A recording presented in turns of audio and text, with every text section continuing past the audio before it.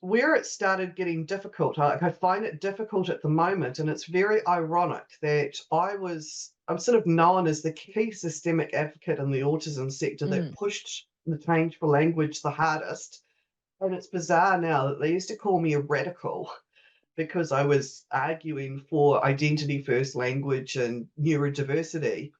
And the young autistic people coming through now pretty much call me sort of outdated. But Do what you think it's happened? come do you think that you're coming full circle now, Paula? Yeah, what happened was around 2018 was when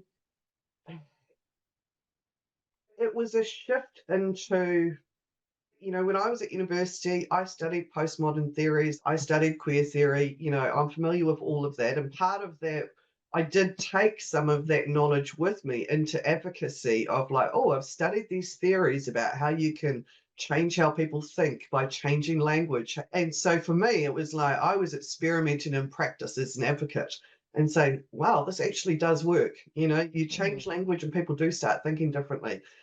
At around 2018 or so, it was like everyone in the neurodiversity movement went really progressive left wing. They really grabbed onto social justice ideas and I guess you could say techniques, Mm-hmm. political techniques.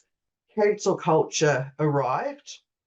And I think the shift I noticed, and I've sort of noticed that it's in all of the lived experience advocacy movements, and I noticed it in New Zealand, was that there was a shift from people that were, people like myself who are advocates,